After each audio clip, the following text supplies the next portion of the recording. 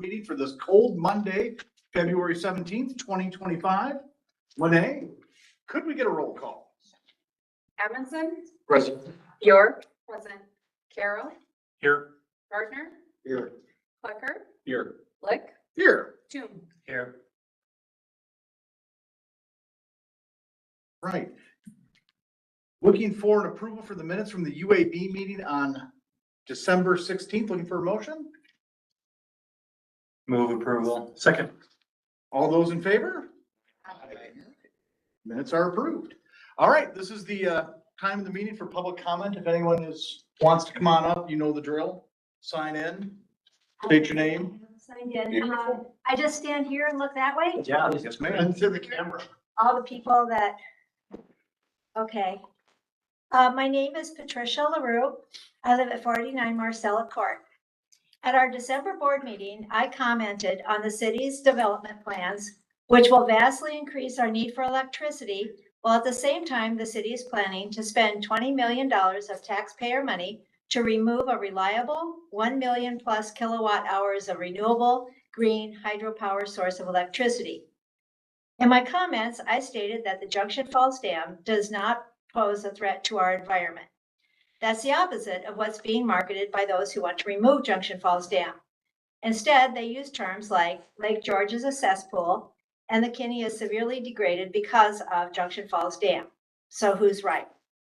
The following comments fall in the category of don't take my word for it. When we completed our work to relicense Junction Falls Dam, we submitted to the Federal Energy Regulatory Commission a 300-page final license application. And this is what we submitted. Lots of pretty pictures and colorful charts. And I'm sure you've all read it, but I wouldn't expect that. But on page 114 of the report, which the River Falls Utility submitted to the FERC, states, the Kinnickinnick River Priority Watershed Appraisal Report concluded that the most significant threat to the Kinney River watershed was rapid urbanization. And further, our application reflects that Wisconsin designates surface waters that provide outstanding recreational opportunities, support fisheries and wildlife habitat, have good water quality, and are not significantly impacted by human activities as outstanding or exceptional resource waters. The Kinney is designated as both. Beginning above Highway 35, so that's where we split on the bypass, and below Powell Falls Dam, the Kinney is designated as an outstanding resource water. That's the highest category you can get. The Kinney downstream of Highway 35, again, where the branch is on the bypass, to Powell Falls Dam is designated as exceptional resource water because it exhibits the same high quality values as outstanding waters, but may be affected by point source pollution or have potential for future discharge from a small sewer community. So then I'm asking, so what do you mean by point source pollution? According to Wisconsin DNR, point source pollution refers to a single identifiable source of pollution discharged into the body of water, such as a pipe from a factory, a sewer treatment plant, or construction site where pollutants can clearly be traced back to a specific point. Collection of sediment is considered non-source point pollution and is not referenced as a concern whatsoever in the report. Be mindful, there are 7 bridges that cross the Kinney within the city of River Falls from the northern point of Highway 35 bypass to the Winter Street Bridge. There's 1 pedestrian bridge. Each of these bridges are plowed, throwing road salt, grime, and other contaminants into the river. And who knows what gets thrown into the river from the pedestrian bridge. Going back to the report's conclusion, the most significant threat to the Kinnickinnick River watershed is rapid urbanization. What's the conclusion of that's the conclusion of our study that we paid for. And yet the city council is in the process of creating River Falls as a destination city, promoting more fishing, more kayaking, more cars, more tourists.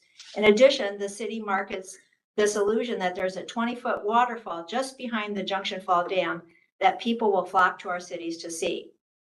The report I just read indicates Junction Falls Dam is not the threat.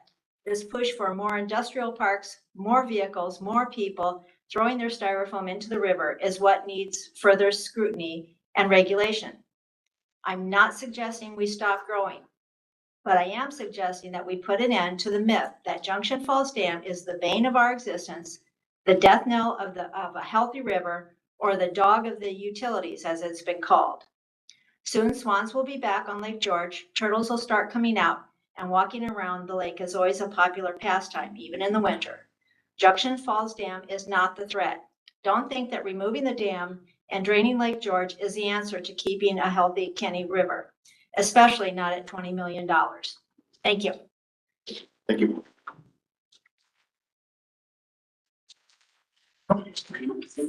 All right, moving on. We're gonna go a little bit out of order here. We're gonna skip up to the finance report. So Josh, take it away. Great. Thank you, everybody. I just want to make sure first that you can hear me okay. Looking to Kev. Oh, perfect. Okay. See some thumbs up. Thank you.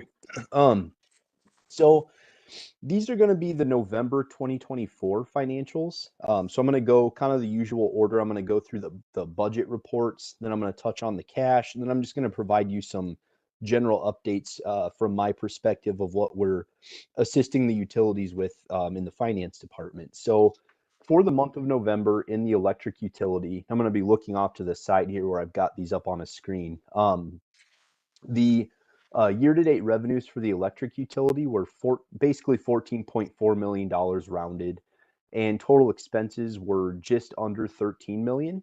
So we had revenues over expenses of $1.4 million for the electric utility, compared to November of 2023, when it was $1.9 million revenues over expenses. And that's going to be kind of a recurring theme you'll probably notice as I go through the utilities for November. For the water utility, revenues in November for the year totaled $2.46 million and expenses totaled $1.99 million. So revenues over expenses were $469,000. This compares to $632,000 in as of November of 2023. So lagging behind a little bit there as well compared to the prior year.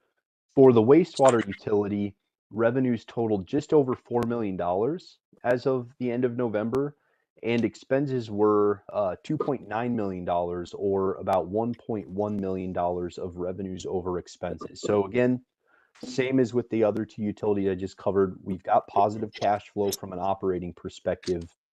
But when you compare this utility to the prior year, it was $1.489 million revenues over expenses. So we're almost about $384,000 less revenues over expenses than the prior year. For the stormwater utility, year-to-date revenues were $582,000 and expenses were $366,000, or net revenues over expenses of $215,000, which is again less than the $285,000 the prior year. Now I'm going to transition over to cash and then give you some updates about rate cases, and that'll again kind of explain trends that we're seeing that I just covered, why we're lagging behind compared to the prior year. So unrestricted cash of the electric utility as of the end of November totaled $3.02 million. So plenty cash reserves there, but it is smaller than the $3.34 million that we had for unrestricted cash at the end of November 2023. So overall, while we do have a healthy cash reserve, it is shrinking compared to the prior year. For the water utility, unrestricted cash at the end of November 2024 totaled $3.25 million. At the end of November 2023, it was $3.72 million. For the wastewater utility, unrestricted cash at the end of November 2024 was $2.15 million. At the end of November 2023, it was $2.51 million. The one exception here is the stormwater utility, where at the end of November 2024, unrestricted cash totaled about $527,000 compared to $349,000 as of November 2023. Now, I've been kind of talking about this for many, many months, if not even over a year now. The trends we're seeing in the electric, water, and wastewater utilities through the end of 2024. And I can kind of, even though you don't have the December financials in front of you, that'll be at a future meeting. We are kind of in the process of preliminarily reviewing those, and the trend is holding true through the end of the year. That the utilities, from a cash perspective, are lagging a little bit behind $200,000, $300,000, $400,000 where they were the prior year, and that was completely expected. So as I've talked to this group about, and I've talked to council about, we've in many cases, the electric utility, we haven't changed rates since 2020. Water, we hadn't changed rates since 2016, I believe, and sewer goes even further back to 2014. And yet we were kind of dealing with this, decades, kind of unprecedented, hadn't seen it in 3 decades period of inflation. And, that certainly carved into our operating margins. The other issue we had is, obviously, in response to all of that, the Fed had raised interest rates pretty significantly, and they're still hovering up there quite a bit higher than what's typical. And so the result there is borrowing that we had to do obviously carried higher interest than prior year borrowings would have. So we were kind of getting hit on both just the inflation of everyday goods and services, and also the higher interest on borrowings in the past couple of years. So these trends are not unexpected. This is not any sort of a crisis mode or anything like that. In fact, it played a big part in why we proceeded with rate increases. So our sewer rates, those increases went into effect 1/1 of 2025. So customers have already seen that on their bills. Water rates went into effect, those increases. We had our Public Service Commission hearing. They authorized rate increases, issued the rate order. We put out customer notices and public notices and things like that. Lene helped out a lot with that, so I really appreciated her support on that. Those rate increases went into effect February 4th of this month. So customers will see that reflected on this next month's bill. And then for the electric utility, we have our public hearing, I believe it's March 6th. So just like we did for the water rates, we'll have another public hearing in front of the Public Service Commission on, I believe, March 6th. And at this point, the Public Service Commission came back with rate increases for residential customers that are going to look like they're going to be roughly in the 3 to 3.5% increase range. So, we assume it's about on average $100 per month for an average residential customer for the electric utility. Now, obviously, folks' individual bills are going to vary from that, but on average, it's about $100. So in that case, you're looking at about a $3 to $4 per month increase for electric rates is what the PSC has come back with. We'll obviously talk to them about that at the public hearing. We had come in with a request for slightly higher than that, based on the need to generate about $900,000 in additional revenue to, again, kind of keep pace with the inflation we're seeing. What they've come back and proposed is about $650,000 in additional revenue. So that's about $250,000 less than we had requested. If that ends up being the case, I'm not really that concerned about that. We certainly would be able to navigate that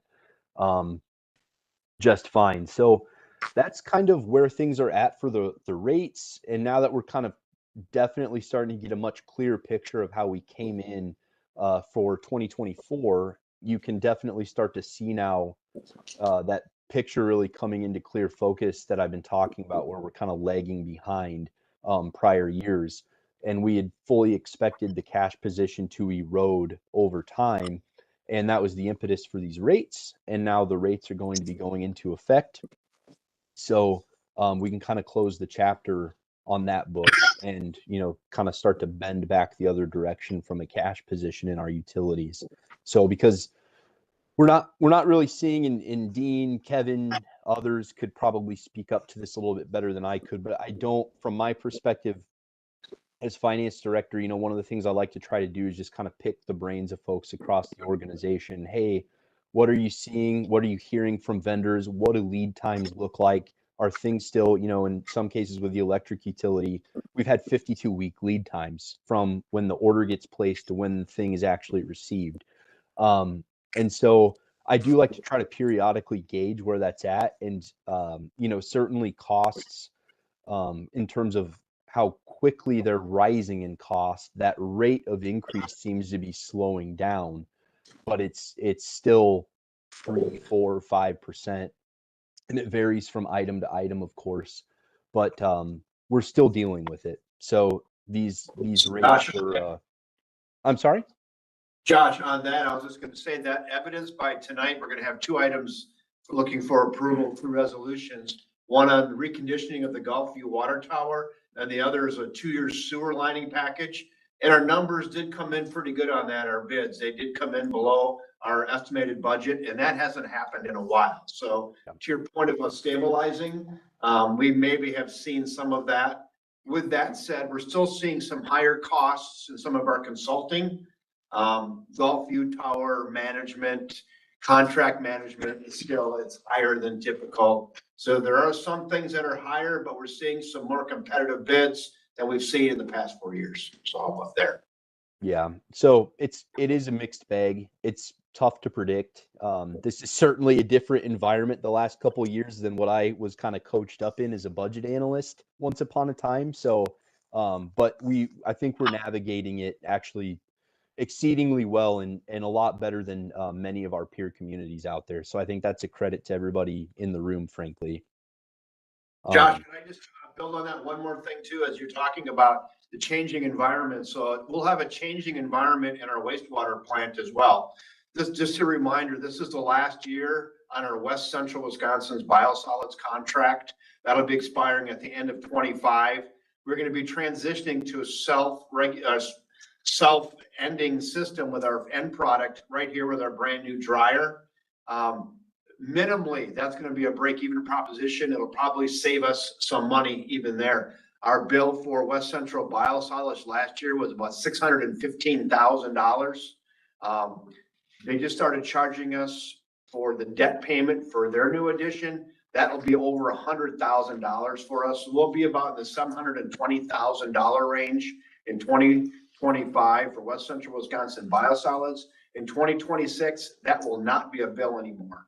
But we will have debt service and some internal operations for our new facility that'll most likely be less than the $700,000. So, and we'll be in control of it. So but that's a changing environment there as well. Yeah, I think I was just trying to pull that number up real quick to see if I can.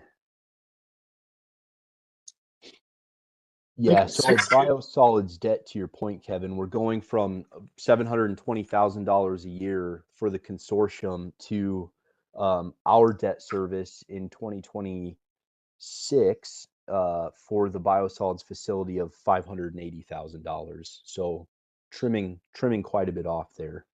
We'll have some internal operational costs, but it'll be less than the $700,000. We feel confident. Yeah. I guess the only other remark I have is impact fee analyses are underway. Very, very early in that process. We wanted to get through rate cases before we transitioned into impact fees. So as you know, when new developments locate in the community, we do collect impact fees on a per permit basis. Those impact fees, when collected, they have to be used to fund costs associated with the growth and the services needed to serve that growth. And so that involves putting together a study of, if you're just as an example, if the community is growing to the north and you need infrastructure to the north, you essentially have to put together, it's almost like going through the capital improvement planning process. You have to put together a list of projects that are going to be needed to serve that development that's growing to the north. And then you essentially go through an exercise of costing that out, cost estimating, and then determining how much of that infrastructure is needed to serve specifically that growth. And then you use that to essentially walk through the math of deciding You know, if it's 50% of the cost of a project to serve the growth, you get to allocate 50% of that cost to the development, and you then collect it from the permits. You divide that cost by the number of permits, and you essentially come up with a per permit cost. So then you get to collect it. And in order for us to continue doing the impact fees, it's been about a decade. So we need to essentially determine where growth is going to occur, where we think it's going to occur over the next 10 to 15 years, and then go back through that exercise of planning very intentionally for infrastructure growth to serve it, cost estimating, and then arriving at, you know, that per permit estimate. And then proceed with updated impact fees that we will charge to new growth as it comes in moving forward. So that is a process we're just getting started with. We're going to work with Trilogy Consulting again. They compiled our 2014 study, which I believe is available online. And they also assisted us with our water rate case as well. They also assisted us with some financial modeling when we made the decision to go with our own biosolids facility. So we've got a lot of success working with them. They're great to work with. So we're going to continue that partnership. So I think that's it for my remarks. I'd be glad to take any questions and then hop off here. Josh, I was just going to comment on Trilogy Consulting. We've been very happy with them, and I was bemoaning the fact about consulting fees here about 5 minutes ago, but Trilogy Consulting is one I am not bemoaning their fees. They're very affordable. They keep the costs reasonable and do an outstanding project. They're pros. So we're real happy with Trilogy. Would you concur with that? 100%. Nope. Christy DeMaster and Eric Granum are both fantastic to work with. I think that might be it. I think it's a team of two. A small shop, and their fees reflect that. So yeah, no, they've been awesome. They've been very responsive, good to work with. So glad to keep it going. and they're responsive and pros. So anyway, perfect. All right. Thanks, everybody. Thank you, sir. Appreciate it. Josh. Bye-bye. Bye, Josh. Thanks, Josh. Appreciate it. Thank you. Bye-bye. All right, moving on to new business item number 2, the resolution recommending the approval to award reconditioning of Gulfview Water Tower to Clearcreek Coatings Limited. Kevin? Sure. We do have a presentation today. Water wastewater operator Dean Seamuth is going to give a brief presentation. As he's walking up there, later we're going to be doing a water and sewer service area plan. And some of you have read that. And I just want to call your attention in the packet on page 144. I'm jumping ahead a little bit, but it's related to what Dean said. So as Dean gets this pulled up, look at page 144. And in the water service area plan, it talks about Gulfview Tower. And the last words in the last sentence there are, the coatings are in excellent condition. And that's not true. And Dean's going to talk about that. So that's one thing we'll get corrected with our consultant prior to getting this to city council. So there are a couple things in this water service area plan that I'm going to address, but that one's related to Dean now. So yeah, on page 144, it says the coatings are in excellent condition. So that's not space. They were in 2014, but not now. I was good. Yeah, so we're good. We got it. Yes, Thank you, Josh. you'll see here that it's not an excellent. Yeah, so Dean's gonna talk about that, and I'll be honest with you, we've been kind of dragging our feet on the reconditioning of this tower for a couple of years, minimally, maybe 3. And then we're gonna thought we maybe had an emergency to do it last fall, and we all talked ourselves out of it and we're tackling it this year. So Dean, Seamuth, take it away. Thank you. Thanks, everybody. So here's a brief 2-minute PowerPoint on why we're reconditioning our tower. Again, you can ask any questions you want along the way or at the end. So photos slide 1 and 2 here. This is some of the concrete work underneath the tower. And this is the base of our tower. You can see where it's quite corroded on the bottom. Also where it connects to the concrete here, you can see these are on the far right. That's the bolt that goes through the tower into the concrete. And it's not really the best concrete to be holding that tower up. So they're gonna repair the concrete, and fix any of the corrosion. They're gonna actually sandblast the entire thing and get rid of all this. This is the standpipe that we talked about, or the riser pipe. These are the few sections that are not insulated, so we can see this. I know in the bid, there's $100,000 alternate adder. added. If they are to have to replace this, our anticipation is it's not gonna need to be replaced. Once we pull it, we won't know until we pull all the insulation off, but it will most likely need to be recoated. So it won't be the full, I'm not saying for sure, but we don't anticipate the full $100,000 to be spent on this pipe. So let me restate that. So in the current bid for the roughly 500,000, the 100,000 to replace this pipe is in that bid.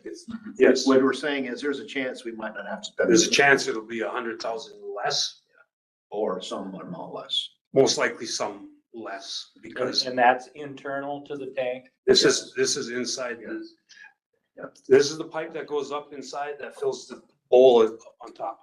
Gotcha. So that 480, or Yeah, 485 and then, could go down if for some reason none of this needs to be replaced. Correct. Could go down to 380 to 1,000. Correct. Now, just by looking at these, we're gonna have to coat. Obviously, they're gonna clean these up. Underneath the insulation, it might look brand new. We're unsure till they pull that off. So that's why that is it's a contingency in there for. we included that as worst case scenario in case it happens. And is that, with some of this corrosion on the interior of that tower, is that why we're looking at an anti-corrosion or Anti-condensation. condensation? Yes. Coating to avoid some of this corrosion moving forward? Correct. Got it, okay. This is just showing you the outside.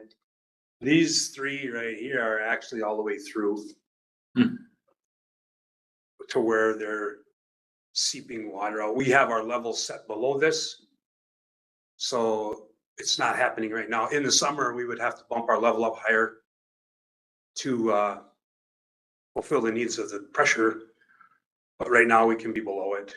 I don't want to cause any alarm or anything, but it looks like a 22 or something. Yeah, yeah, maybe a little bigger than 22 here, but yeah.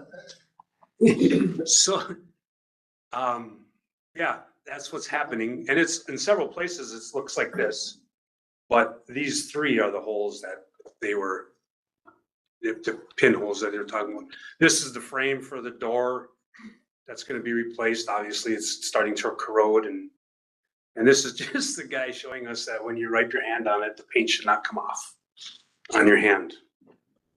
So assuming they're not gunshot holes, are they, is the corrosion starting from the inside and going out? Yes, yes, most of it is. And they are gonna spot weld inside and fix all that when they get in there. That's part of this reconstruction.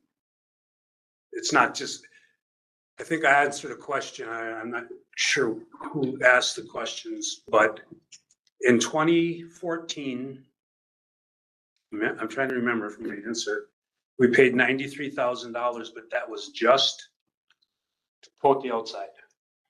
There was no repair. It was just an overcoat. Well, that's what I was trying to remember, because that's the problem when you were around too long.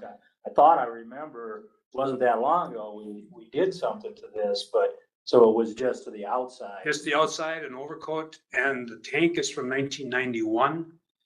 And I cannot find any documentation of anything happening before 2014. So, How long do they typically last? Like water tanks in general? I mean, I don't know, to be Well- honest. I mean, they'll last forever if you keep up with them. Sycamore's Sycamore, oh, 50s. yeah, that's very old. yeah. But in our, So once they get in the inside of that tower, they'll be able to find potential more corrosion that's going on. Well, they shouldn't. So here's a picture from the inside. Tim had another question, just sorry. Well, in the next, topic, or one of the next topics was the big water studies. They kind of, they're estimating recoding these things every 20 years is what. Yeah, and that would be, Is what their Good normal estimate. schedule thought they, and so that's why I was a little wondering about why it only lasted about another, 11 years. 11 years, but if we didn't recode it 11 years ago, then it lasted, almost 30 years, I guess. Yeah, and I think, I don't know, I wasn't here. I don't know if did they sandblast that, do you know? Or did they just They spray did. over it? They did. There was, yes, I remember that because I remember having to clean the neighbor's pool cushions because they had sand on them. Oh, yeah, that would. Yeah, I remember there was problems. Yeah, The dentist. yeah. So this is 2 images from the inside. I only put 2 in this presentation, but there's several in the inspection. So this is how they can tell. The yellow is the worst, from what I understand. The blue is better, and then the red is, the outside is very good. Explain to what we're looking at again here. This is a corrosion spot inside the tower with their robot. Okay. So there's water in here, and they're looking at the tower from the inside out, and this is what they're seeing as far as it being corroded. So we shouldn't have any surprises because they have the whole tank. They inspected the entire tank. So yes, but they may find some, but they shouldn't find a lot of surprises in there. So I'll just give a little side note on the robot, right? There's different ways to look at the inside of a tank. They'd sometimes put divers in these things, human beings that go around in there, but now they have robots that do We it. do, and I don't know if you guys remember hearing about a year or so ago, someone near Eau Claire died in a tank. He got hypothermia doing an inspection. And that led us to SEH with their robot. Yeah. We would rather have a robot in there than someone die. That would be a lot of paperwork and it would be tragic as well. That's probably worse than mine. Yeah. What you say, and I don't know if I could sell that to the city that, seriously, it's good water, but what you see here is just some sedimentation on the bottom of the tank. It looks worse than it is. It's probably about 1/4 inch thick. We have that every 5 years when they inspect, and usually they'll take that out. So every time we do an inspection every 5 years, that sediment is removed. Dean, how long anticipated time down? 6 weeks, I think, is what I saw. Who said that? Tomorrow? So What kind of issues are residents looking at when water tower, I didn't, So until yesterday when a water tower did, so. it's not gonna be the biggest, so they put a big tarp over it. You curtain it. They curtain it off and they sandblast it with the hope of everything staying in. Okay. 11 years ago, some got in the neighbor's pool. Wind is not your friend. No, so, we hope that everything stays contained in the curtain. The golf course is gonna be the biggest complainer because their tee box is gonna be turned off, shut down because it's right close to the tower. We've contacted the golf course about grass and we have to reseed some things. Yep. The paint they use is a fast drying paint that if it does escape, it dries almost instantly. Before it'll land on someone's. So these companies deal with this, so, but yeah, if you're a neighbor, you're paying close attention to this. But nothing's happening crazy with your water during that 6 weeks. Nope. So we have a backup. We have a backup booster pump that is installed for this purpose. This will be drained down, valved off, and then the booster pump will create the pressure for the Gulf View area. So they have water pressure during this transition. Yeah, thank you. And actually, we were supposed to do a drain down inspection last year, and I talked to DNR, into allowing us to wait since we were gonna be draining it down for this purpose. Dean? Yes, sir. This would probably be better more for the consultant, but I assume they're not here today. Do you know, do they put sacrificial animals in these things, cathodic protection? They do. Yep. So will they be replacing those or? Yes, it will be replaced. Also, the paint they use, the condensation reduction paint has catholic in it. Cathodic. So I have no idea what that condensate reducing paint is. I mean, to me, it's a temperature thing and, is it an insulating paint? It's an insulative paint. It has insulative properties in the paint, is what the description says. Okay, I hope It's got some zinc, it's got some, I read it today and I was gonna bring it with me. well, It's trust it, it's good. and it reduces your condensation 90 to 95% according to the bid packet that we received. This is my first tower coating, so everything's pretty new to me as well. This is our air vent. This screen right here is larger than regulations are now. So when they replace, this isn't bad, it's not in bad shape. They're just gonna replace this screen with a smaller Holt screen to keep out smaller animals and bugs. This is just a picture of the tube, access tube. They're gonna redo this seal. They're gonna fix an air gap. I'm not exactly sure how they do that. And they're also gonna put a stop on this lid so it doesn't flop over like that. It'll stand up. This is also just some random pictures of up on top of the tower. Corrosion. This is inside. So the 21, that extra alternate that we spoke of, this is there's 3 levels on your way up the tower. There's 3 landing areas. These are the 3. They're obviously in terrible shape. In our bid, there is a cost, I believe it was 30-some thousand to coat the dry area inside the tower, but not all of it, just where it needs it. For the $21,000 alternative, they'll do everything. So for another 21, they're gonna do the entire interior of the dry area of the tank. We talked about that. We think that's a good investment. As long as they're here, it's well worth it, we think. Now, this is what they're talking, there's several spots inside that look like this that need to be fixed. Now, when I worked in Ashland, about every 3 months, we went up on these levels and we cleaned them. And that might be a new procedure, a new process here to prevent this. So it's just something that we're looking into, which we probably will. Again, this is the inside of the tank with their robot. And that's it. We will replace this beautiful gate too.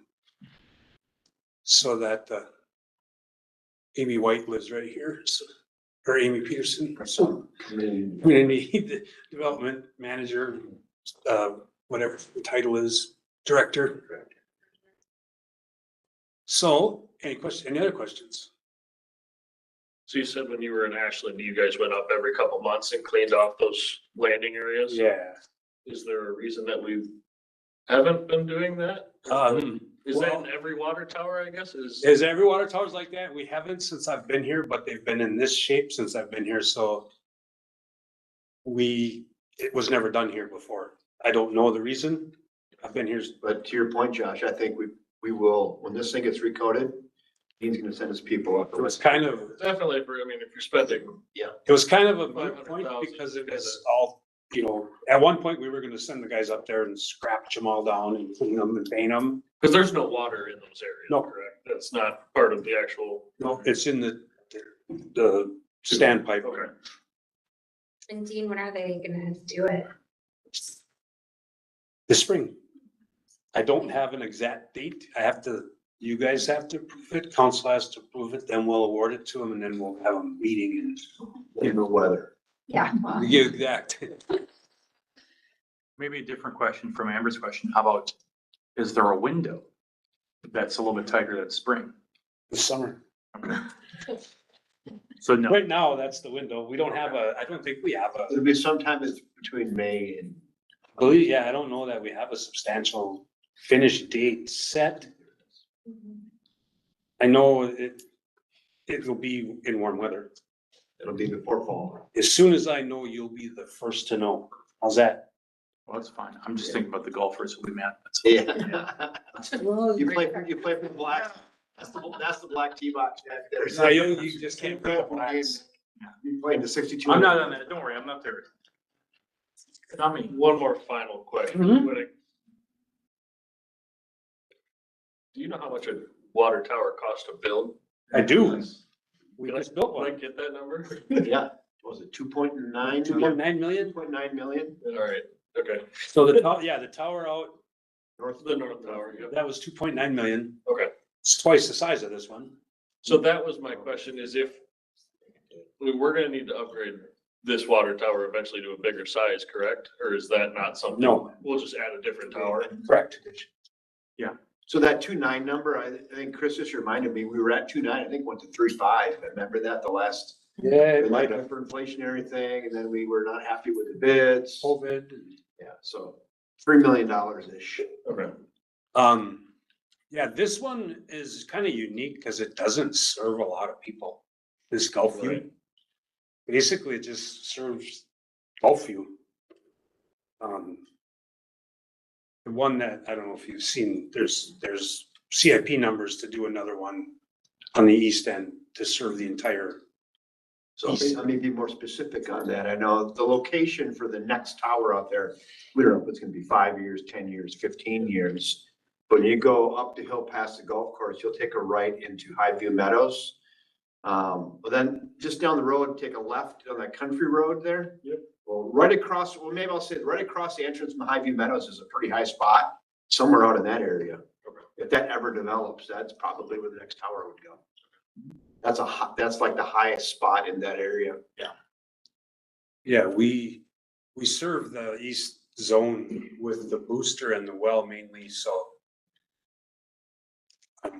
Any more growth would have to be at water tower most likely, so, out east anyway. And that growth will drive the tower. Yeah. 500 new homes, new business. Would that new tower null and void this one, or is it No, addition. addition to it? Okay. Can you speak to the warranty at all, Dean, as to what that is? I asked Kevin a little bit, and it's like it might be a little bit up in the air as to what. it's Yeah, I'm covering. not sure. Why do we need one? I'll just be honest and transparent. So here's our discussion. We're spending $500,000 on this paint job. It could last 20 years. And Dean and I said, well, for 3 additional years of warranty, it's $10,000. I think we just felt like it was a fiduciary responsible thing to do that. I mean, but one could ask the question, we're paying $65,000 for project management. It should be good, Yeah. but we just. If there's a bad batch of paint, Right, we just thought for You know, 10,000, we thought it was a pretty safe it's an insurance policy. insurance policy. We That- do, So we we do didn't need go to much find. deeper than that on it? Let me ask you another question, since we just built a water tower. Yeah, We ain't got a warranty on that, do we? We do it's the standard 5-year, I believe. For tailgate warranty when they pull out of the yard? 2 years. So They didn't offer this those. was offered, and the percentage level of 10,000 was low in the whole project. I don't even know if it's the right answer. We just thought it felt responsible. And we don't even know that we're gonna do it. I don't even know what the warranty is. And that was one of my questions. What is this covering? And what's the likelihood of something actually occurring that you would? Once we sit down and talk with Clearcreek coatings, that's hard to say. And I know a lot of times a coating manufacturer, they're gonna warranty their product. Right. So I appreciate, your comment is great and Josh's comments are great on this topic because it brings it to Dean and I's attention. So we will ask more questions when we get there. And if at that point in our deep conversations with the coating company, if we feel like that probably not a wise spend, we can scratch that. You're spending 10 grand? Yeah, An an additional extra 3 years? And that's to cover 25, 26, and 27, or is that? Standard. Oh, there's a additional. Two-year standard warranty. So 26, 27 is covered with the cost of the tower. Yeah. So we need to be more clear on what it covers. And then our confidence level is if we even need that. So we put it in there because we thought we were being responsible, but maybe it's not responsible. So before we commit to the additional warranty, Dean and I will peel back that onion a little bit more to make sure that that's spent as a wise spend. And that would be, Based on his comments today, I would agree. And is that something that'll be discussed here before that decision is made, or is that? Bring it back and say, here's what we learned. What do you got? yeah, we can. We'll do that. At this point, it's in the It's in the resolution. resolution, so it allows us to do it, but you have my word, we'll bring it back to this group and say, hey, we talked to the paid contractor and our consultant. We think, yes, it's a good idea. Like, they said, it's kind of not a big deal. So we'll bring that back to help us make that final, just $10,000. I would be interested if you talk to Clear Creek. Coatings. Yeah. How many times They sold it. have they had to cash in on the warranty, right? That's a great. I'm not a warranty guy per se. That's just me personally. I don't usually buy the extended warranties. Yeah. That's why I usually get there and then like, well, typically we cover it, but not this time. That, I bought a $200 TV and it was 50 for the warranty. you're right. So. I said no. So we'll bring that warranty topic back to this group and we'll learn more. There does seem to be a lot of exterior corrosion out in this area, just looking at that gate and that stuff. I don't know how anyone could explain that, but, I suppose after 5 years, if there is some dings on the outside, they'd at least have to, they would be compelled to come back and do some of that stuff. I don't know, if the whole thing's gonna fail within 5 years, then we all got big problems. Right. And I did see with the Sycamore Tower, they came back a year later and did some touch-up work. Just looking back at the invoices. So But yeah, I would say ask the question, what would be covered after 5 years? Just normal wear and tear from weather and conditions or does it have to be significantly more than that to get anything? Or did they have to come out every year and do their 2-hour review? And if you don't do that, then it's void. We need to find out. We will. I got a question. The project manager is that Janet? Gina, yep. Jana? What's their history with SEH? Have you done business with them Yes. before? They pretty much have done the entire water Okay. system in this. They did the engineering for the tower, the new tower. They did all the engineering for the booster. You have pressure testing and all that kind of, Well, 6, I believe they were. So yeah, they know our system very well. Okay. Have you ever had this project manager before? Yep. She's the one she's solely with us. Yeah. Good. So I want to build on that too, Mike. So I think Jana might be the best in the business. She's been in magazines. She's great, personable, knows her topic. SEH does a great job with water tower management. That's all the positive stuff. But I think they're pretty proud of their work with their price. Yeah. And I'll just be honest with that. They were probably half that price 5-6 years ago. So it's a bit of an issue, I think, with consulting work like that. He kind of have you over a barrel. We don't have anybody in-house that can manage that. Yeah. Conversely, we do have somebody in-house that was able to manage our dryer project, which actually saved us $200,000. So when we can do it, we will do it. Water towers, there's special certifications and stuff to be able to do those. We don't have that in-house, so we feel like we have to pay the freight.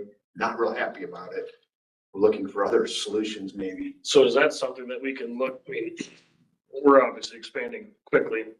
If we're most likely building more water towers here within the next several years, you know, like you said, 5, 10, 15 years down the road, is it worth looking for that person now?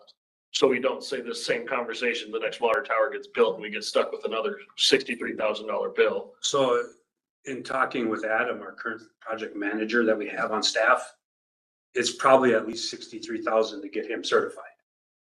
And then, But then he's certified and we're not paying 63 for just one, we're paying. yes, and then Just for his certification that pays off after one water tower. So we're thinking outside the box and all this stuff. For example, can you get a consortium of 5 communities to come together and hire somebody that can be a project manager for these types of things?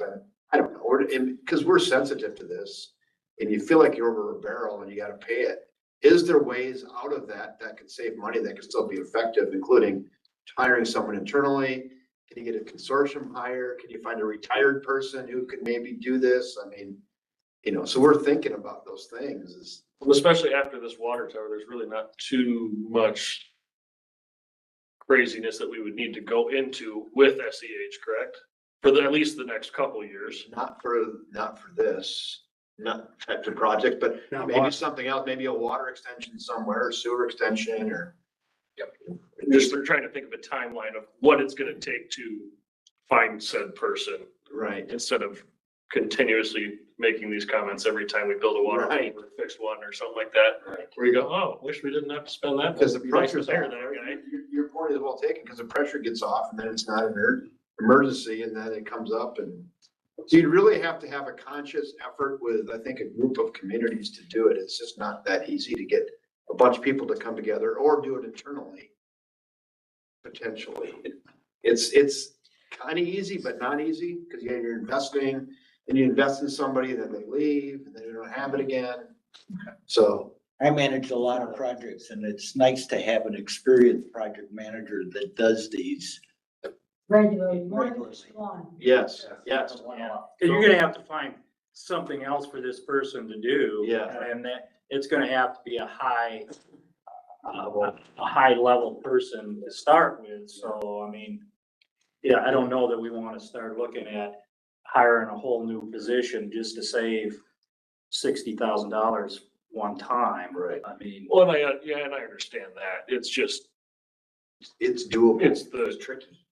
it's the finding other alternatives. Yes, we have a great rapport with SEH, but it seems like they're realizing that and taking advantage of us. It feels like it's something. Because we make comments of we're over a barrel here and not, you know what I mean? It's, I've had these. we gotta find alternative options. I had these internal conversations today, and here then I said, well, I'll be SEH, and they're just gonna say, well, our costs are going up. We gotta pay people more. Our insurance costs are going up. That's what it is. I mean, that's what they're gonna say, whether that's true or not, I don't know. well, like, we had a conversation once, they charge so much percent for construction management.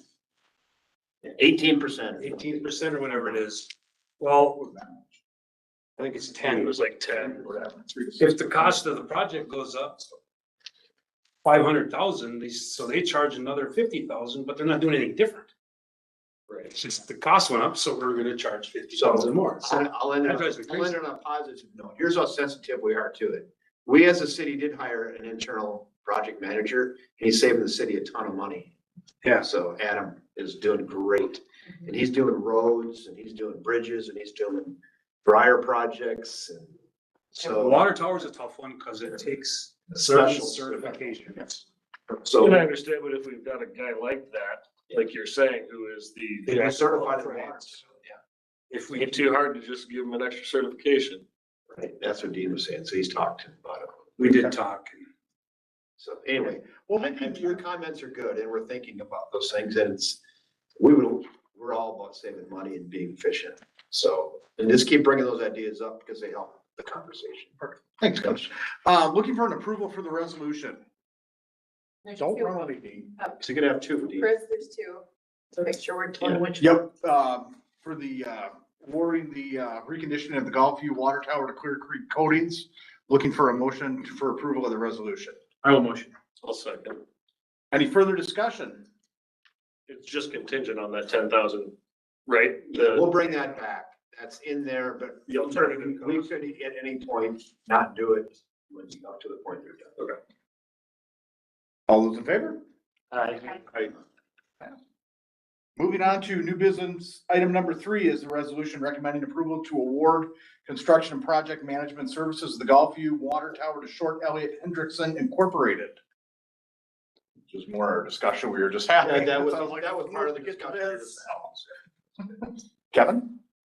Yeah, I didn't have much to add to our discussion, that we're sensitive to the pricing. They're experts in what they do. We need them. We don't really have an alternate option right now of somebody that we could plug into that, so. And I do believe we'll get value out of that if they do the project management, the pre-construction meetings. They're out here all the time monitoring the curtain and the paint and their systems. Then they do a final inspection on the tower. So there is value there. I don't want to totally poo-poo it, but it's a lot of money. I think the other thing that you need to remember as well, you're also passing liability to somebody else. Yeah. That's part of the $60-some thousand is you're passing liability. Right, so To them.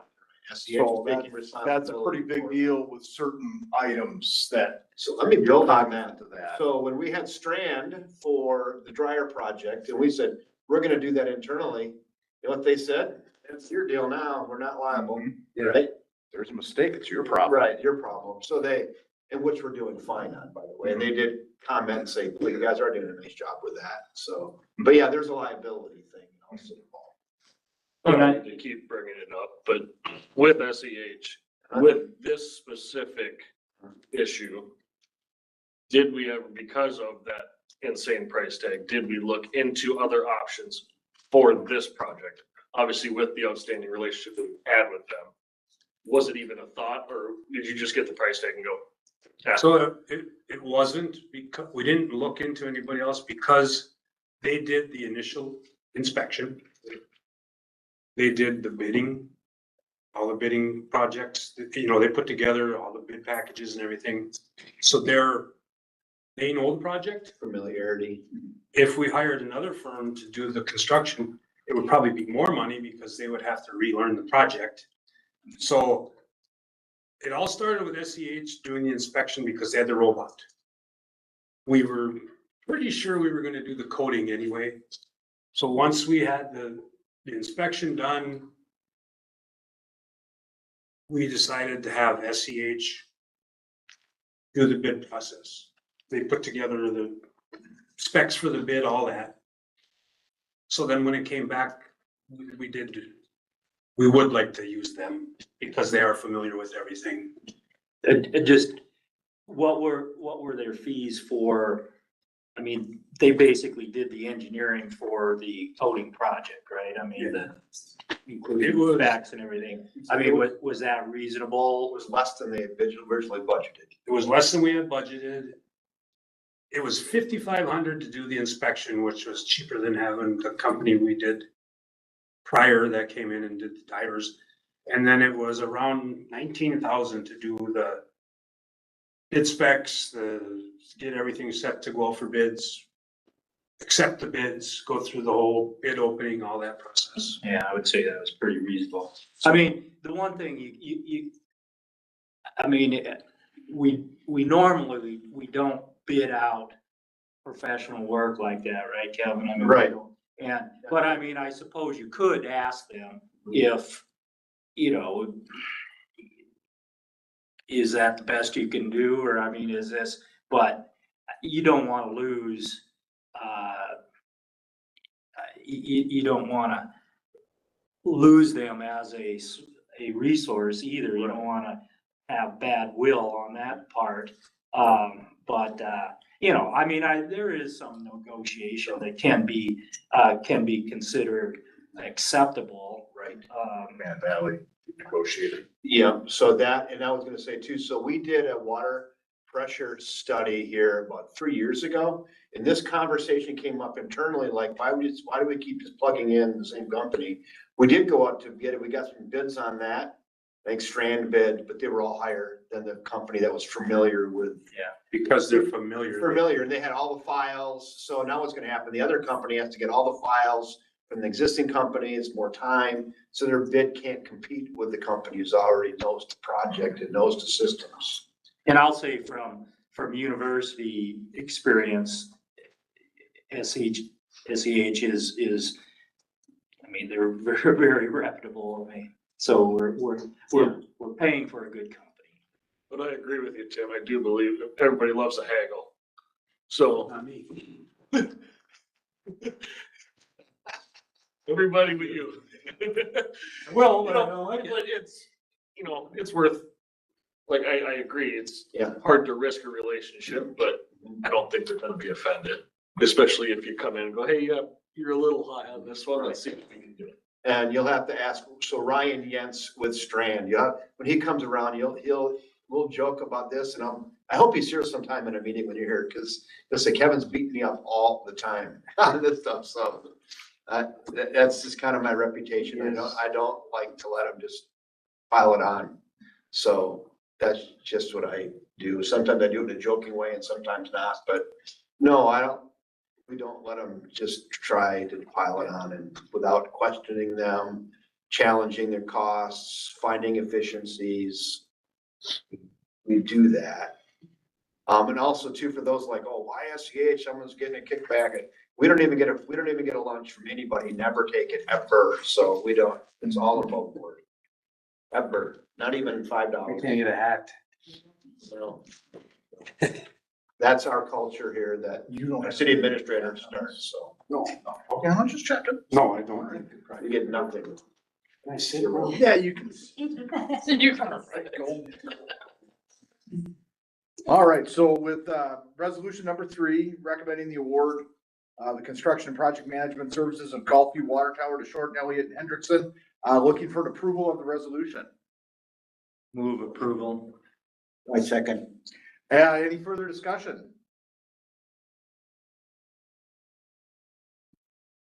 Hearing none, all those in favor, say aye. Aye. Hey, no, Hey, I'll name it. all right, God, I'm sorry. there we go, moving on. Moving on to new business, item number 4 is a resolution recommending bid for 2025-2026 sanitary lining project. Yeah, we're very fortunate. We have Tamara Jaworski here tonight, our engineering tech, who really manages our sewer system on the maps. And she also manages the sewer lining bid project and does a great job. And she's here tonight, talk a little bit about sewer lining. She was asking me today, Sue, how many people have heard my presentation? I said, well, Tim's heard it like 5 times. Other than that, it's gonna be new for a lot of people. So Tamara, we're glad you're here. This is always interesting. I think you'll all find sewer lining pretty dang interesting, hopefully when this is over. So Tamara, the floor is yours. And like Dean said, feel free to interrupt as we go along. He or I can answer any of the questions. I work a lot with the water, sewer, and electric department primarily. When I started this, so I'm gonna give you a preview quick of the sewer lining project and how we get there. And when I started this, I decided, well, I'll give you a few statistics first. And when I did my Excel pivot table, I saw the 4th one down, HDPE pipe. We didn't go up in that. We don't put that in for sewer. And then I looked at my data closer and I remembered, but we did on the North Loop. When we had to go under the highway cement casings near Radio Road, they had to seam HDPE together. So that was correct, but I'd forgotten where that had come from. The reason I've highlighted the second one, of course, is because typically we are lining clay pipe. And you see that we went from 109 down to 106. That number's coming down as we line. You go down further, length of line pipe, that's going up. And the very bottom number there, the total length of pipe, this is sewer pipe, in town has gone up because of development. Van Valley, North Loop, Thompson Heights, Oak Hills, that sort of thing. And those are usually almost always PVC except for the HDPE. So what is HDPE pipe? Pardon me? What is that kind of? PVC is a solid, plastic type pipe. HDPE is stuff they can weld together. Sometimes, HDPE will be corrugated for storm sewer, but they don't corrugate it for, sanitary because it catch all the stuff. Let's just put it that way. So other than that, I can't, there's another type of chemical type of pipe, a plasticky type, but it can be, I don't know, I welded. think it's a thicker wall than the regular PVC. Yeah, and it's not welded like welding because it's not metal, but they seam it together and that's how they slid it through that cement casing. You'll see that often if there would be levels of acid. You know, that would be in and around that pipe. You'll see that term HDP. But the reason I have bring that up isn't crucial to the lining here, except I thought, oh, I must have screwed that up because I don't think, because it's not the typical thing we put in. And when I saw the number go up, I thought I had to look into where that came from. So there's just some statistics for you for that. And I would go back to that. I can make his comment tomorrow. Oh, wrong way. You think how accurate she is? She's got that down to the exact foot. Well, I did round, but anyway. No rounding in tomorrow's world. When I work with the guys, they clean and televise our mains. And they give me a sewer video. They give me a sewer report, which I attach to our mapping system. So we can actually click on a pipe, look at that TV video, the reports they will put in the lateral, so many feet from the manhole is your home lateral, et cetera. But what they also give me is a rating on that pipe. And they rate the pipe based on roots, breaks, cracks, any other defaults they see, and how often they have to be there for maintenance. And the next screen I'll show you in a minute is how the rating schedule. But then I just thought I would include here that the last time we lined was 2020. It's been a while because of a pandemic and some other things that came up. And that happened to be, well, for those of us that are older, and I won't point out anyone in particular, what we call the Lamenti system, which is from City Hall here down to Winter Street. We did the south part. That's what the last thing that we had lined.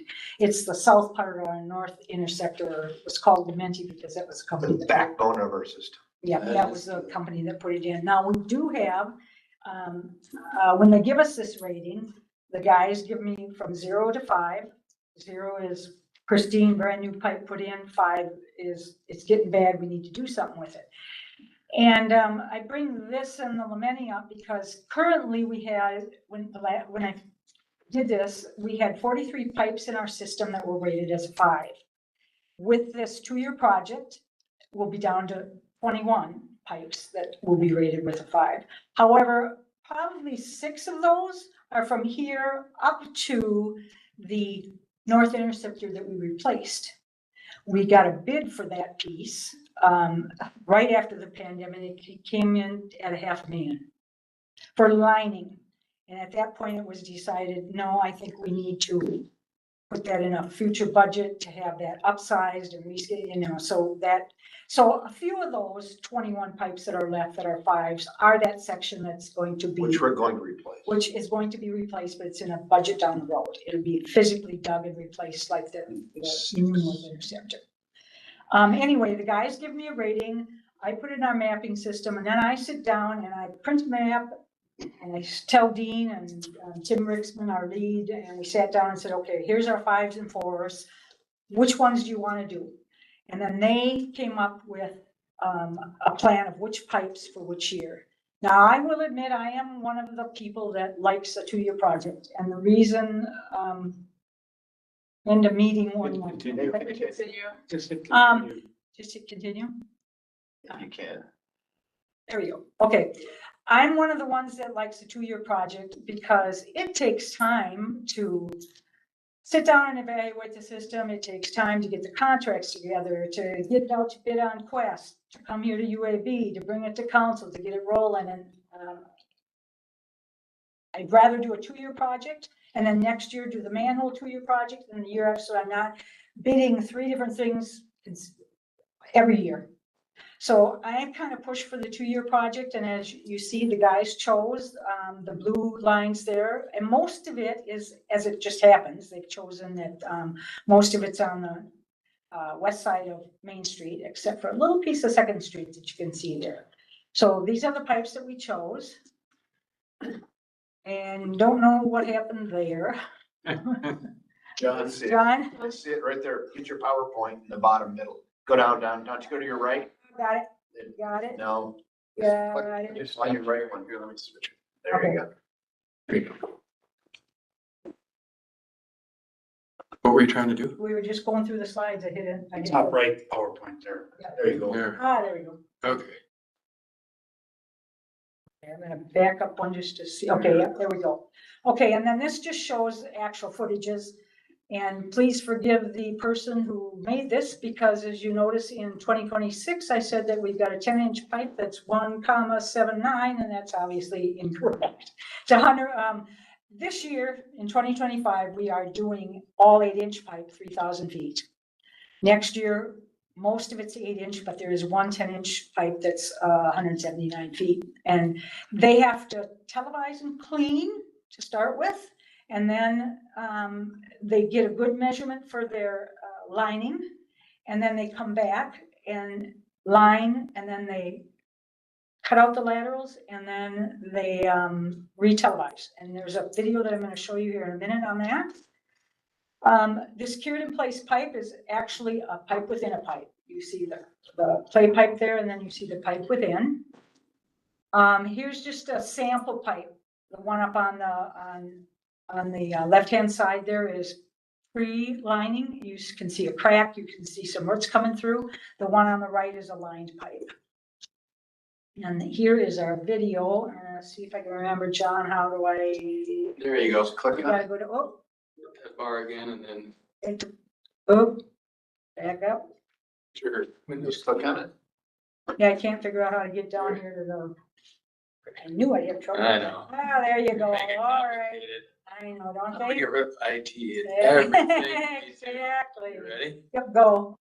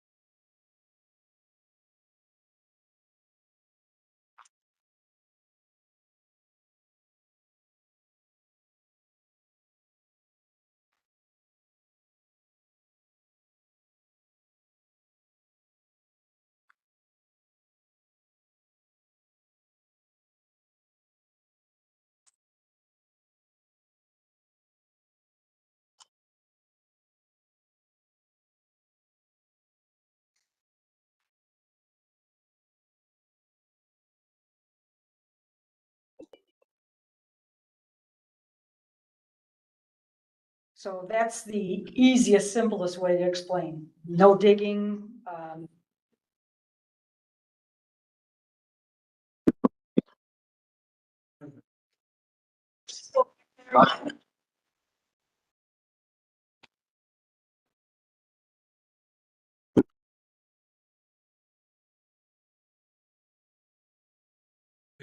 That's true. There you go. Hey, There you that's go. not nearly as interesting as what tomorrow is There you going go. through, right, people? Pretty tech savvy is. There we There we go. Okay. go. So tomorrow I was just gonna say, so yeah, this is trenchless. It's minimal disruption. The only comments we really ever get is, I smell something funny in my house. Maybe like a plasticky smell. So that was gonna be my question, is with it going through, because I've seen a few of these be done, working over in the cities. How does that affect your in-home usage? Because you got your, Temporary. Exactly. We will send out, we'll have a pre-con with the company that comes in. And we tell them ahead of time, you let us know, preferably a month before you're gonna be here, because then Lene sends out a letter, and then in this letter, it explains what's gonna happen. And it says, at that time, someone will come and hang a door hanger and say, hey, in 2 days, you'll be without your sewer for 6 to 8 hours.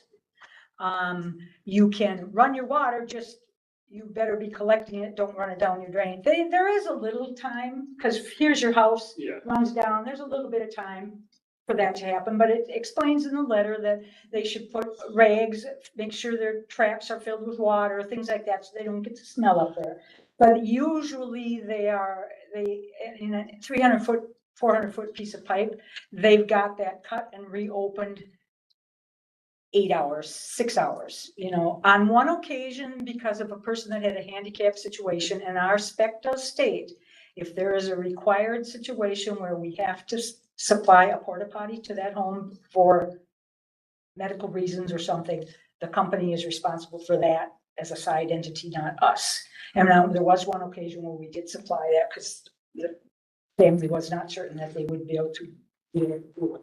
But usually they're, I don't know, 6 hours, can have it open, and there is something, if they flushed, it's not like, oh my gosh, we ruined their system. Meaning, if you flushed, it's not gonna ruin what happened.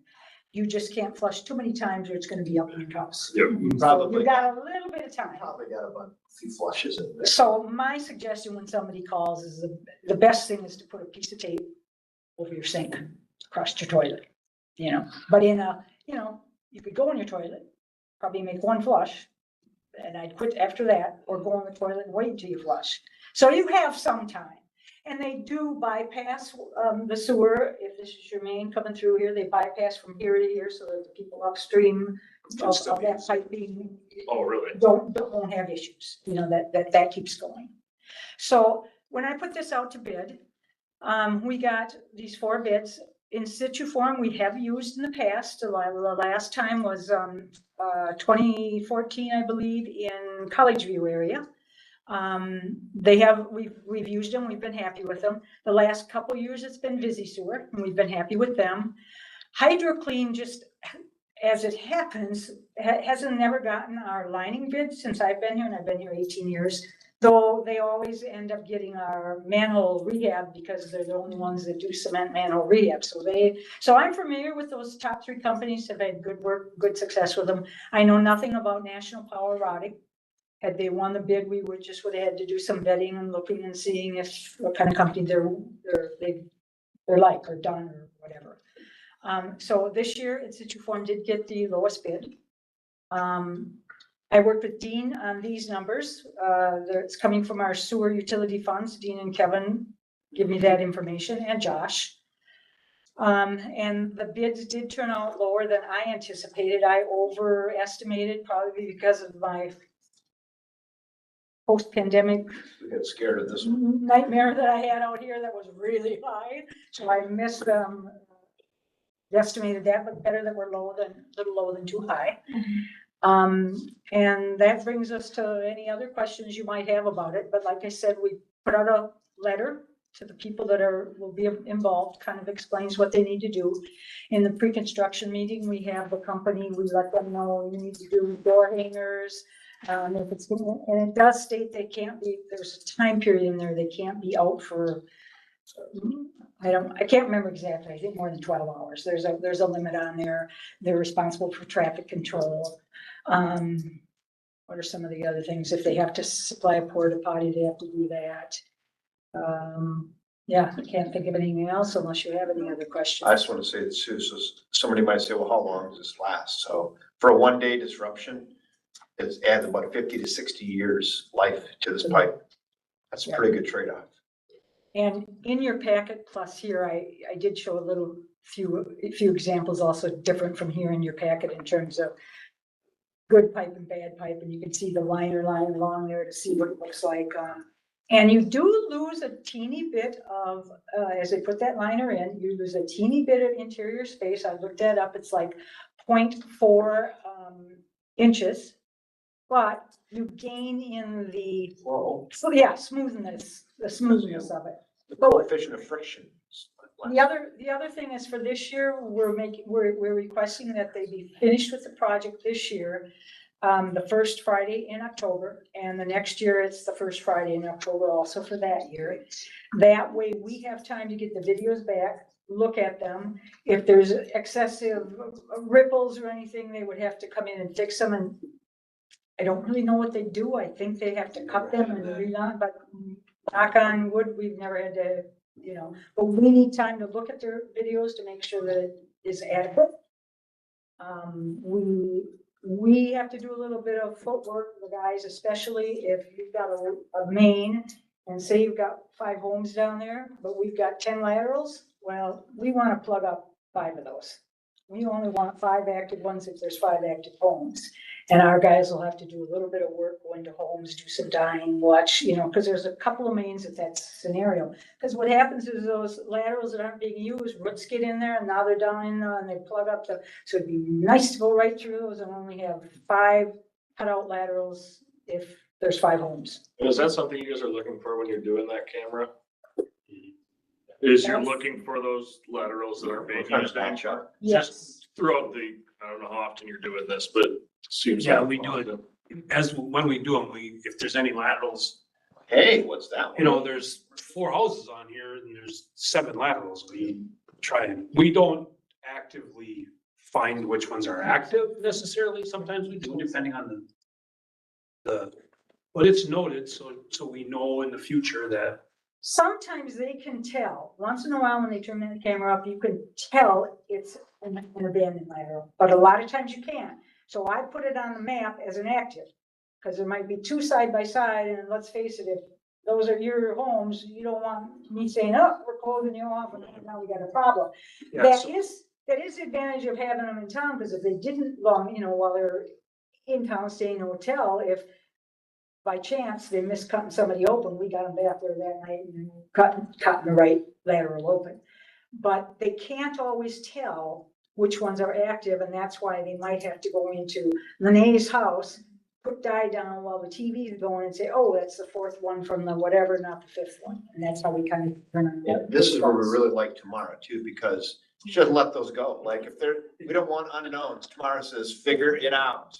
So we'll send the guys back out there, we'll investigate it, because she wants her maps accurate, and she doesn't want a question mark on her map. And the guys don't want those extra levels. So you said there was 41 pipes that were 5s? 41 or 43, I can't Yeah, remember exactly. in the Something like 40s. that. How many were at 4? Do you know?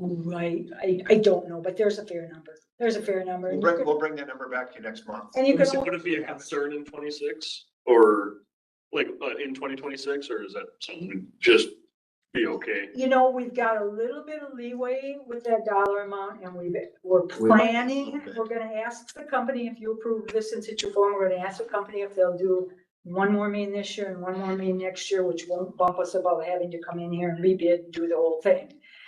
If there's anything imminent, I'm sure we can work with Kevin and Dean to. So what else we do, Josh, is this, so we know where the 5s are. Dean's crews go out and clean those more regularly with the back truck. To try to keep them up.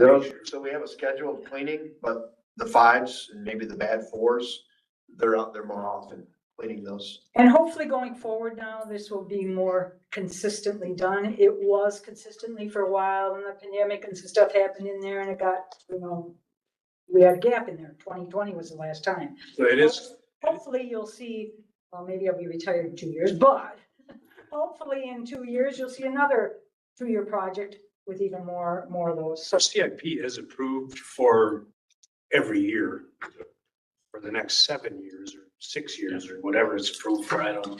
And this project It's in there was. for 10. This project was actually planned to be last year, but we put it on hold because originally the dryer project looked like it was gonna be overbid. Back all the way to the beginning of this meeting tonight with the finances, right? So we're looking at the finances, we go, well, geez, where can we save $200,000? We got a $9.5 million project going on. One project. Balance, so then we come to tomorrow and go, tomorrow we're postponing lining, and then she comes to my office every hour for 2 weeks telling it. Was not happy. Was not happy, because I've done a lot of work to get ready to bid, and they made me postpone it. She's so good. I mean, we'd be a lot worse off without tomorrow. So obviously, my and Dean and Kevin's request is that you. So we postponed to save some money. That's what we did, because we had other projects. So we're balancing. But we do recognize that they need to be done. We like doing these because it's fairly inexpensive 50-year adder. Sorry you had to hear it twice. 3 times. 3 times, 4 times. Full time. All right, well, thank you. Thanks, tomorrow. Looking for an approval, for the resolution, looking for a motion? Yep. Can I get a second? Second. Any further discussion? Hearing none, all those in favor say aye. All opposed? Motion passes. All right, moving on to new business item number 5. Resolution recommending the adoption of the water and sewer service area plan update. Kevin. Chris Buncher's here tonight from our engineering staff, and Chris is gonna walk us through our water and sewer service area plan, how we got to this point of doing it, what it is, who recommends it, and kind of what's in it. We've already found a few things in there that need attention. And as Chris comes up to the stand, we've identified another one today as well. I think it's on page 81 of your packet, if I remember correctly. I'm dog-eared. Let's look at page 81. It is page 81 in the packet. It says procedures for public participation. And it says we have a River Falls Sewer Service Area Committee and a Sewer Service Area Technical Advisory Committee. Well, we had those maybe in like 2009 and 10. We do not have those anymore. Our public participation now is through the Utility Advisory Board. So those will be coming out of the packet when it goes to the council as well. We may find a couple more, but it's a pretty thick packet with a lot of information. Some of it's carry over from the last one. But I want to let everybody know that we're recognizing and finding some of these. So, Chris, the floor is yours. Take it away. All right, thank you, board members. So, yeah, here we go. So first, a little background. So we've had these plans for quite some time. The initial water plan was accepted in 1999, the sewer plan in 2000, and then those were updated. The water plan was updated in 2007, the sewer plan in 2009.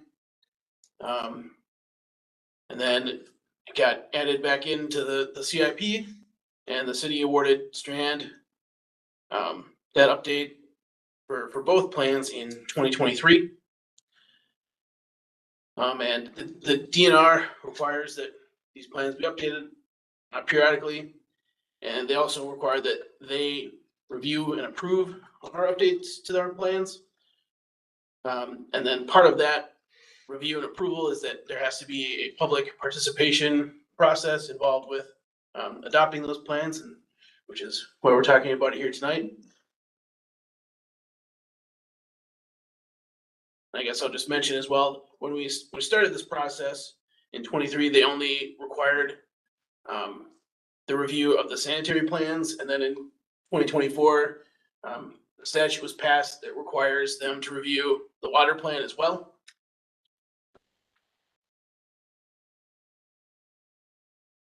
So let's talk a little bit about the sewer plan first. Here's a nice aerial view of the biosolids dryer going in there down at the wastewater treatment facility. I'm looking at that. Building's up. Yeah.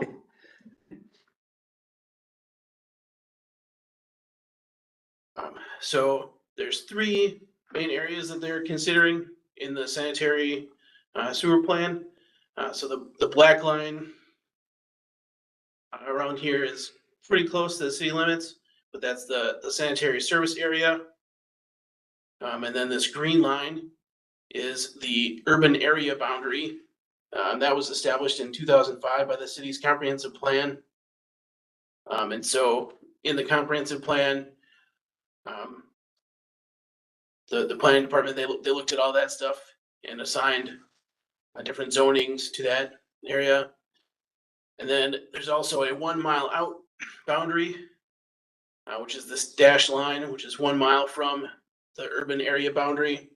And Wisconsin code requires that you look at that boundary.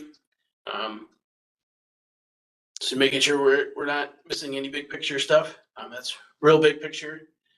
For frame of reference, the sanitary service area is 3,600 acres about. The urban area boundary is about 14,200 acres. And then the 1 mile out boundary is about 30,600 acres. So that's would be a real big expansion of our current sewer service area, which I'm sure Dean is all for. No. Stressed out. So a little bit bigger future land use map here.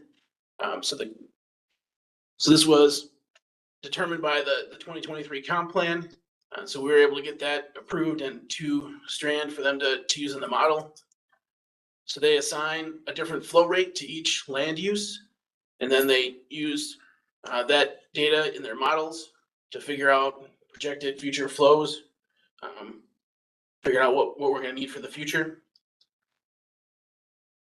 And so then based on what's shown in their models, they came up with a list of 11 projects that the city would probably have to do. And they came up with cost estimates and gave kind of timeframes for when they thought we'd have to do those. The first 5 projects on here would be upsizing existing infrastructure. And then the other ones would be expanding into that urban area boundary with new sanitary sewer mains.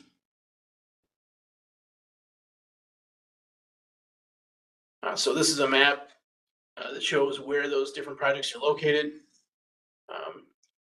You see here is the cursor. So up here is project 1. There's a section of 15-inch that would go to 18-inch up in Sterling Ponds.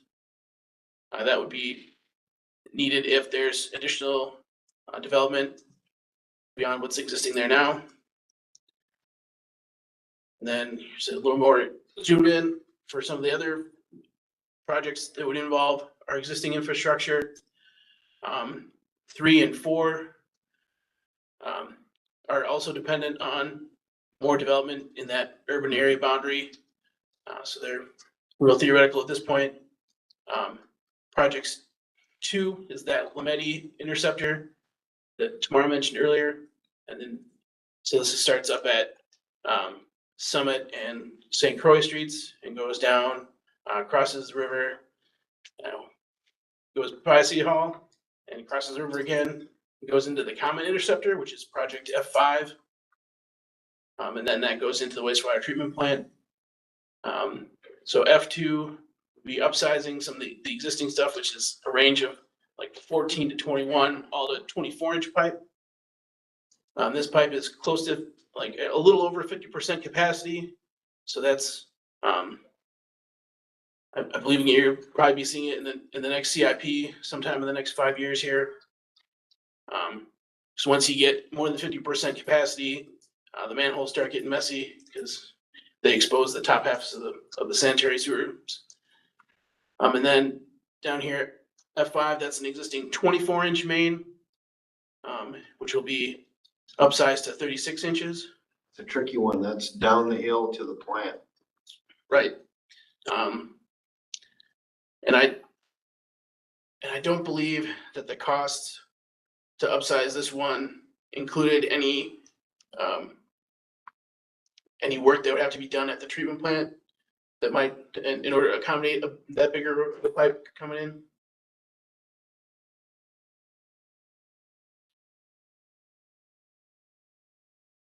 So then, any questions on sewer stuff? I hate to even ask this question, but I'm gonna ask it. With the F2, that runs along a certain river, it seems to be quite the topic of conversation. Right. Would that be something that you'd wanna do 2 projects at the same time, knowing it's all gonna get tore up? Is that kind of a possible plan?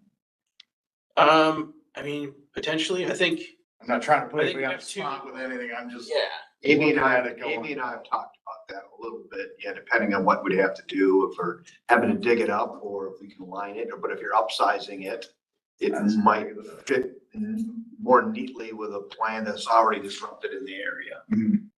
That's more what I was getting at, if we're gonna be disruptive. Similar to a downtown or a Second Street redo of water and sewer, you might combine that with a larger road project, something like that. So we do look for those opportunities. Yeah, we'll definitely be looking more at this project when we get closer. Just trying to figure out the best way to phase it. So we talked about maybe doing some work to make a bypass easier. So we add a couple manholes to make it easier to bypass.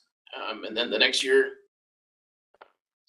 put that section online. And we've also been considering trying to figure out if there's a way that we can incorporate these crossings in here with the Kindy Corridor project. As long as they'll be working in the river in that area anyway. Yeah. Or certainly we don't want to have to undo any work that they do in there. Right.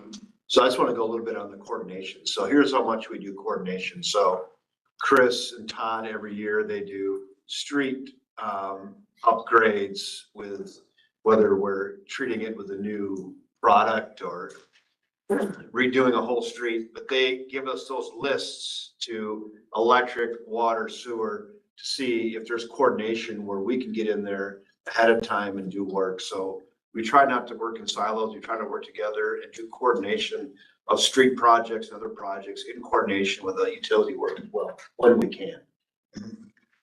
Is that line under a road now, or it's hard for me to The under? bike path there, between F2 and F5 is like along the bike path. Oh, okay. Yeah, or the white path. White pathway, Kenny pathway, I think it's called. Cause that $2.2 million, if it was, road, doesn't sound like enough money to do over a mile. That's pathway there. Yeah.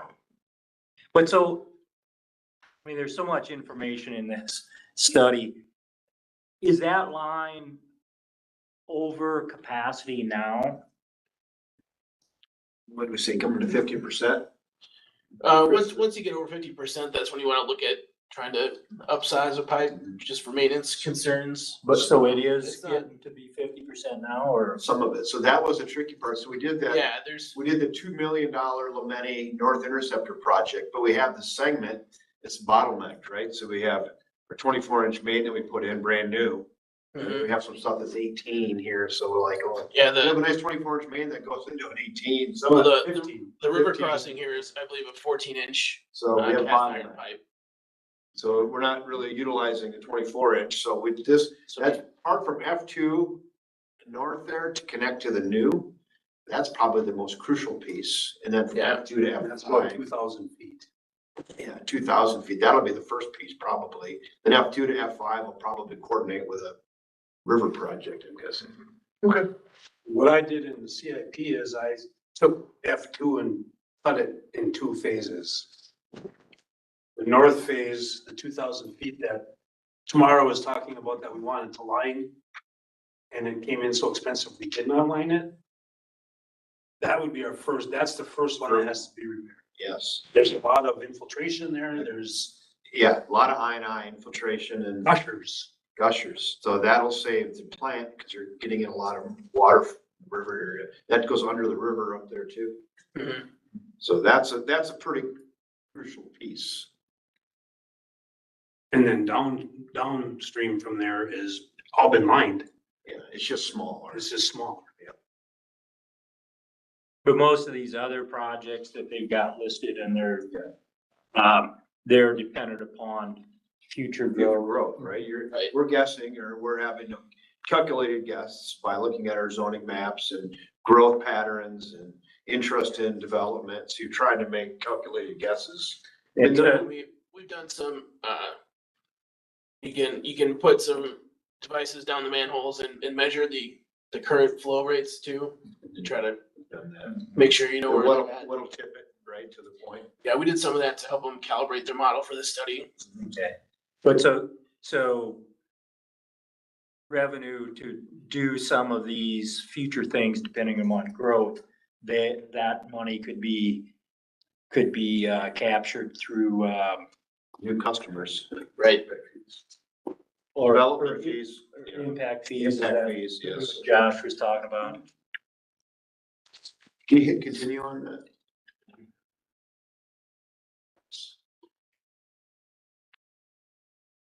So I have an answer to Josh's question earlier, to sidetrack, because Tamara's so good. And she couldn't go home without telling us, but there are 29 sanitary mains rated at 4. She handed I guarantee she ran upstairs and got that. Yeah. Couldn't treat her right, she's going above and beyond. She's good. Yeah, treat her right. When the phone rings and it's her name, you're like, Tomorrow. So she wants now. Yeah, good. So good. she is good. So 29s or 29 mains that are forced. Okay, thank you. Any other sewer questions before I move on to water? I just want to reiterate, I mean, this is a pretty, calculated estimate of where growth will happen and the time frame and whatnot, but economic conditions can change, right? Yeah. Right. Well, That's I really guess, the only time you're adjusting size, correct, is because You're at of that growth? Yeah, a lot of times. Okay. but I mean, some of this seemed like it was kind of alarming. Is this completed study any different than what you thought before? I mean, necessarily, it's just more, I mean, it's specific information, but. Right. No, I don't know, I didn't, go ahead, Sorry. Chris. Go ahead, you go first. the previous sewer plan did identify F5 as a need. And then we knew we needed to line that portion of Lameti, and so then we were pretty sure that we wanted to make sure that they took a really good look at the Lameti interceptor and figure out, how much capacity was there and when we needed to do that. And so those are the two projects that are more timely, and like you were saying, all the other ones are dependent on more future growth. Yes. And so this is a really good tool to have for when new developments come in, to make sure that we're making sure that they're contributing their fair share towards upgrading these pipes. Right, and so I think we've talked about this a little bit in the past too, the actual wastewater plant itself. I mean, some of the numbers made it look like we're almost at capacity there now, but we have a whole ditch that we're not using, correct? Or, I mean, But once we use that, then we'll need the redundant ditch that we don't have yet. okay, See, I always gotta build in the redundancy. all right, So we're gonna have a study on that, Tim. We're working with Strand right now to maybe help us understand if we can increase capacity at our current plant. And if we can, what will it take to do that, and then costs? Because we're thinking about the very questions you're asking, like, what would trigger an expansion, and can we expand? And then what's the DNR gonna require us if our capacity is X amount per day? If we wanna double that, is that even possible on the Kenny River? And if so, what's that gonna cost us? So we're trying to explore that as well. And then again, to Dean's point, the north half of that Lameti interceptor we have televised, and you can watch the water coming in. So there's a lot of inflow and infiltration in that section, and that'll probably affect our capacity. That will. Right. That should lower our peak numbers. Yes.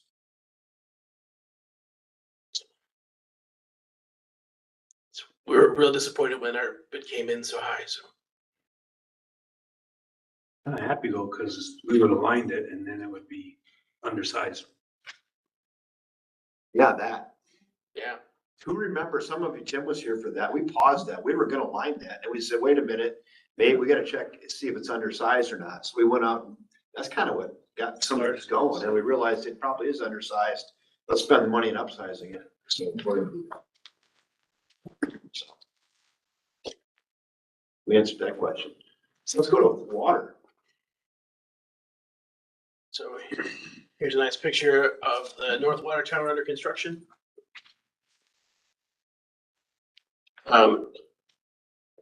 Here's a real busy map showing what the future water system might look like. There's a whole bunch of red dots on here, which are hydrants. And then there's a bunch of different colored segments of pipe on here, and each color represents a different size. Approximately That's the 900 hydrants now, Oh. approximately. And then you can see some dashed lines in here. That's shows what size pipe would be needed in the future to build out into that urban area boundary.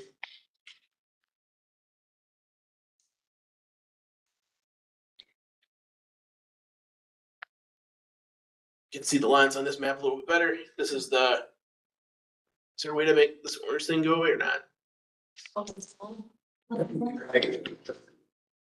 Grab it and there you go.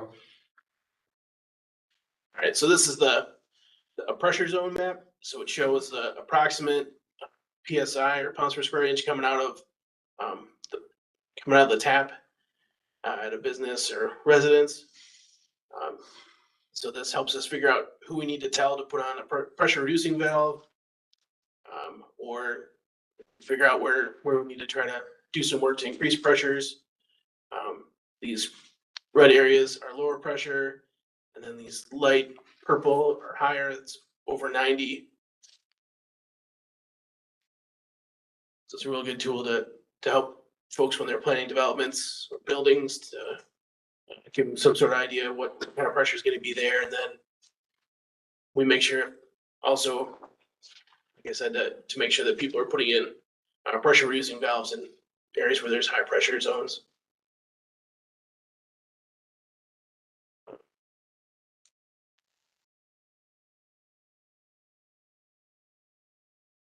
And then similar to that,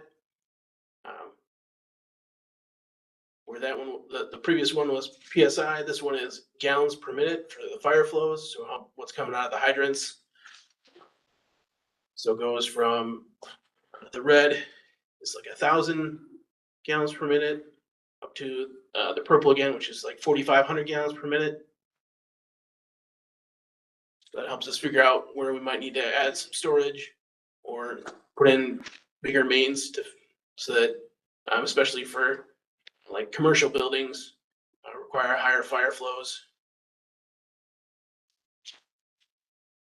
I guess the minimum is 500.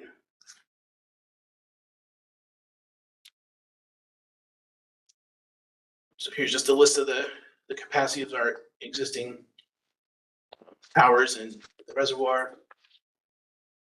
The plan shows that while there's going to be a 28% increase in the demand on the supply from the wells, there'll still be enough supply and storage capacity to meet the needs in 2040.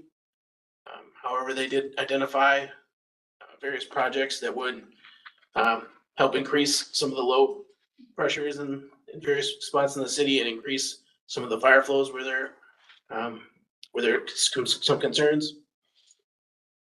They also recommended some different rehab projects for various wells and painting the Gulfview tank, which is odd that they said the coatings were good, but also put it on the list to paint within 5 years. Yeah. So We'll get that correct. yeah.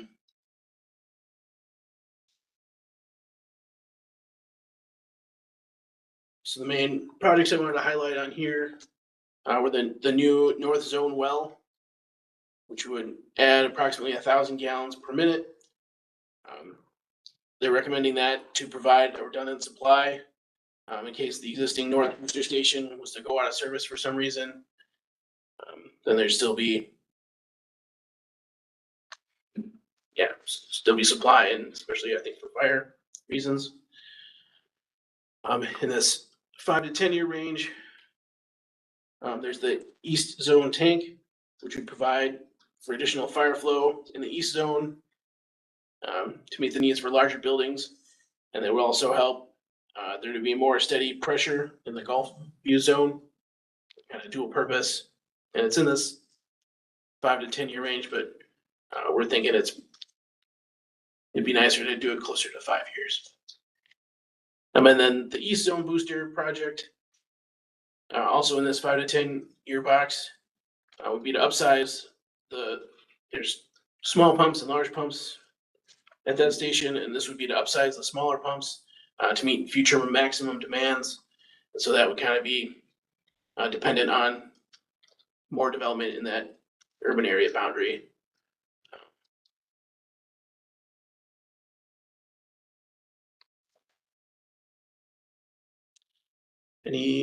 So that part's pushed off and based on that development. So that could go to that 10, 15 year mark. Yeah, If it's not developed as no. much. Right, so the well and tank are probably things that are gonna be needed, regardless of larger developments happening in the UAB, the urban area boundary, but that the East Zone booster pumps aren't gonna be needed until we know that there's a definite project that would create that need. I have another question. There's no discussion here just on timelines for even just maintenance of the Mountain View Reservoir. Knowing that's a 750,000 gallon concrete structure, what type of maintenance? You know, are we missing something here that it needs to be maintained, or is it literally just gonna sit there in perpetuity? No, it's in our CIP. It gets inspected every 5 years, just like a tower. The last time it was inspected was 2021, I think. Okay. Coming up. It's coming up. When it was inspected last, there was no issues. There's a rubber membrane inside the tank, like the ceiling. And we thought that might be something that needed to be replaced. It didn't. It showed no wear. It showed very good. Okay. So it is in the CIP, I believe. It's out about 5 years to possibly do that. It was in the CIP once and it got taken out because we didn't do it. We didn't need to do it. Okay. I just didn't know if it would be something on this timeline here of recommended projects. It's not on this one, but it's in our CIP and it's in our. So think, I don't know if irony is the right word, but it's our oldest water reservoir. It's our largest water reservoir. And it's our least maintenance water reservoir. So that's a winner. Find another hill. Find another big hill, put a tank in there. But yeah, so it is on our radar and it does get inspected just like a tower. And we keep an eye on it. It wouldn't be nearly the cost of the towers.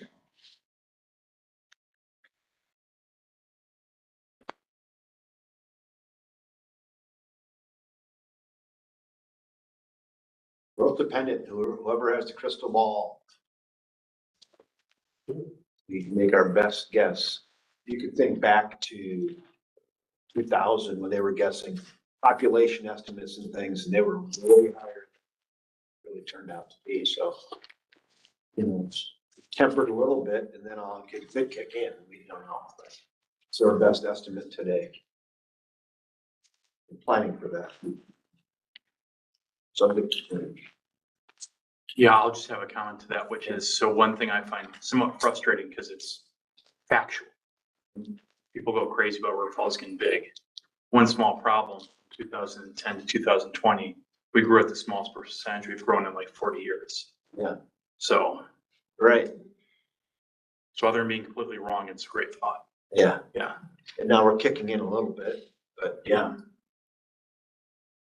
Nice place. But it's because of the type of structures that go up that people tend to have the comment. And then they make an assumption that there's a lot more growth within that. We're all doing our little part to try to make it a nice place, but then that's the catch-22, right? The ironic thing. Everybody wants to go. The ironic thing with growth, when we did that North Interceptor project and we replaced and we fixed all the I&I issues we had on that end, in the past 4 years, our gallons per day has not gone up. Yeah. At the wastewater plant. Obviously the homes have gone up but we're not seeing any growth in our flows at the wastewater plant because we're lining sewers and we're fixing manholes and So we're gaining customers, reducing the infiltration. so we're not getting groundwater in there like we used to. That's why it's important to line and to replace these sewer lines when they need it. It's my whole pitch. Yeah. More money to line. Yeah. Do you have anything else, Chris? Old questions. So just the summary, I would say this. So we're doing this because A, we're required by the DNR to do it. 2, it helps with our planning process and budgeting process. And then we're here tonight because it's part of the DNR process is the public process. So that's why we're here for approval from this body and the city council body.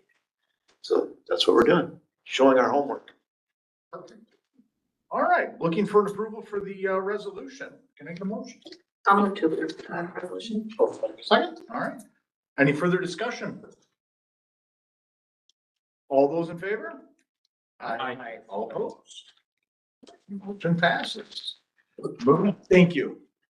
Thanks, Chris. Moving on to the reports. Kevin. Yeah, let's see, it was already 8:25, so whoever had 8:15, we're on the over.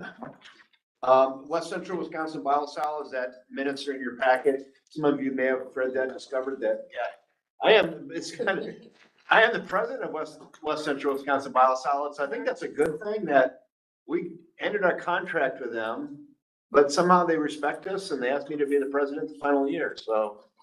I don't know, we'll take that as a win, keep the relationships going, and, so we'll finish it out with that, and we're meeting again on the 27th. I think one thing I want to do, and I said this to Randy Lindquist, who runs that, is I think West Central even needs to spend a little money on a consultant to look at what is the end game with West Central Wisconsin Biosolids. Nobody's really had the courage to look at that, but if we go out, and if Hudson goes out, and the Richmond goes out, which they're whispering, it's gonna be really tough for that consortium.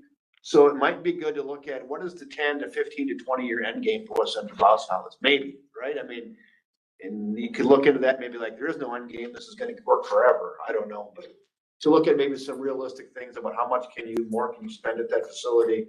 What is this gonna be its useful life? What are these communities gonna do? So that might be one of my goals, and the way out is just to do an honest look at that, and has it lived its useful life, and is, from how much longer? So anyway, so that's West Central. Perfect. We did the finance report dashboard. Not a lot to add on the dashboards. I went through them, and they're pretty much middle of winter type stuff. I see Dean and Wayne filling in those lines of things they do when it's 20 below. So, stuff they can get done in the winter. And then, announcements, just want to remind everybody that, I'm gonna give you guys credit. So the River Falls Back to the Future, our annual, State of the City Council. So there, UAB, there you go, there you go. More. So there you go. I think that's all. You've got to see, talk about speaker. Oh, yeah, so no meeting next month? No, because you're speaking. Yes, right. So I will be, so American Public Power Association asked me to be a speaker on culture. Somebody's tipped them off and said, hey, what do you guys got going on in River Falls? So I have to do American Public Power Association. It's a leadership conference with executives and CEOs, and I'm on some roundtable talking about developing good culture within your organization for municipal. So I'll be there, so there won't be a meeting next month. Well, I think we should come in and watch you on TV. We could do that. We'll film that and play that. John, can you set that up? Popcorn. Popcorn, yeah, love it. That's the one in Phoenix, right, Kevin? Yes. It's in Phoenix. Yeah, he's going to. No, this one's in Florida. Okay. Well, next week's in DC, Washington DC. Same.